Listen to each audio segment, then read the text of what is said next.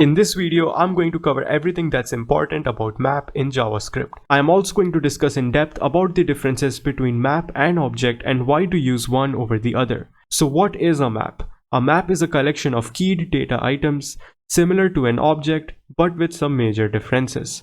So first of all, let's understand how to use a map along with its different methods and properties. And after that, I will dive deep into the differences associated between a map and an object. Now, in order to create a map, all we have to do is write new map and assign it to any variable. Let's call it map. Now, in order to add data into the map, you could use the map.set method that map provides, or you could even declare the data manually within the map itself. First of all, let's see how to manually add data to a map.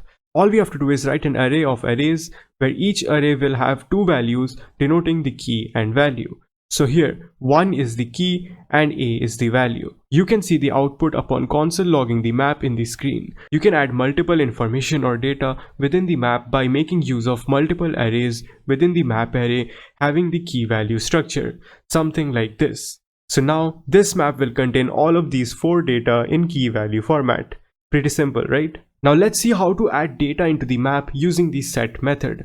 All we have to do is write map.set and define the key and value that we wish to add. As you can see in the console, it prints the same output as compared to when we pass the data manually. We can write map.set multiple times to append more key value pairs into the map, or we could chain the map.set calls. What I mean by chain is every map.set call returns a map itself. So we can chain the calls and write it like this as well. Instead of writing map.set each time, we can directly write .set and chain the calls. As you can see on the screen, this gives us the same output as well. Now let's move on to the get method provided by the map.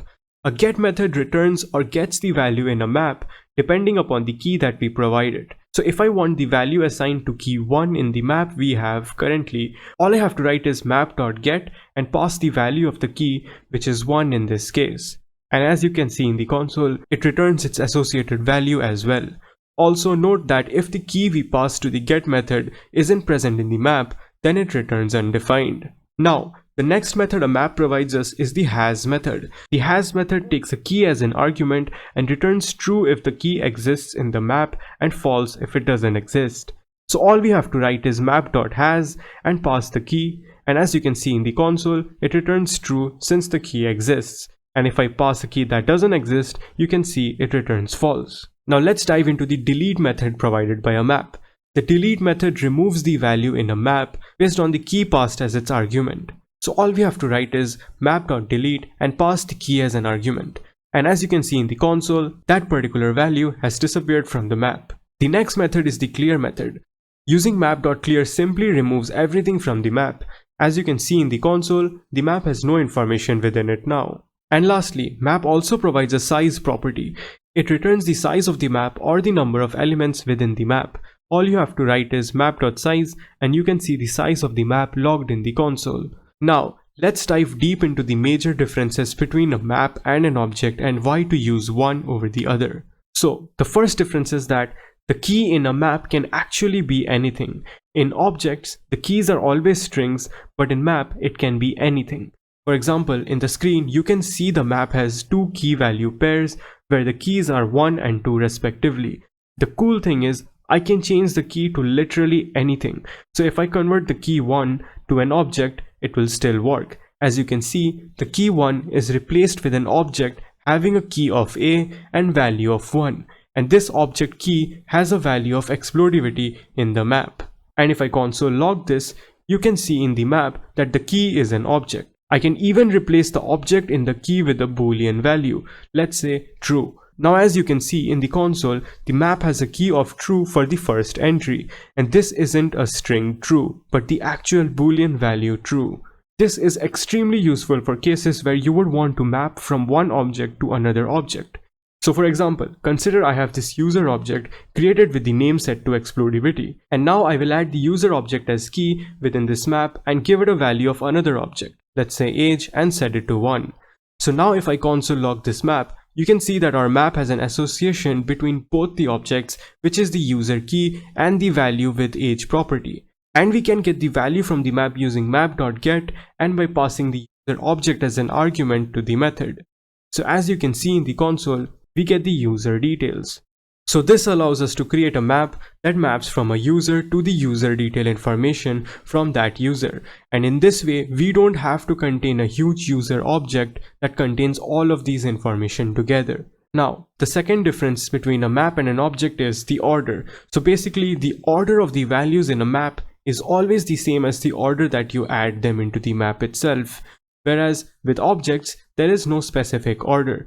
So when you loop through an object's keys and values, they are not in a specific order. So the first thing you add is the first thing you loop through while looping through a map. Now speaking about looping, the third difference is that maps can use the for each method directly, whereas objects cannot. So in this map, all we have to do is write map.forEach, get the value and key from every individual item in the map, and console log the key and value. So as you can see in the console, it gives us the key and value pair for all the elements present in the map, where 1 maps to xplodivity and 2 maps to YouTube. And if you noticed, the map has a number as its key in this case, so it can literally accept anything as the key. Whereas in objects, looping gets quite complicated. Consider we have the following object where A corresponds to 1 and B corresponds to 2. Now if we want to loop through this object, there is no object.forEach that we can use, because objects don't allow that. Instead, we would have to write object.entries, pass in our object, then we can do a for each on this. And this actually returns us an array, so we would have to extract the key and value from the individual array, and then now we can actually print our key and value out. But doing all this is so confusing and lengthy as compared to getting our job done using a simple for each while working with a map.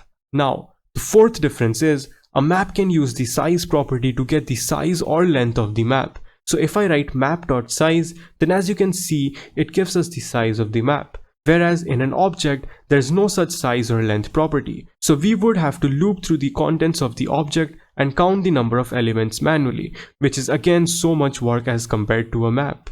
And now, the last but not the least, the fifth difference is that maps are more performant when it comes to adding or removing data into them as compared to an object, because maps are solely built for the purpose to add or remove information into them. So this is all about maps, when to use them, their benefits, and their differences over objects. That's all for the video. If you felt like it added value to your knowledge, then don't forget to like and subscribe.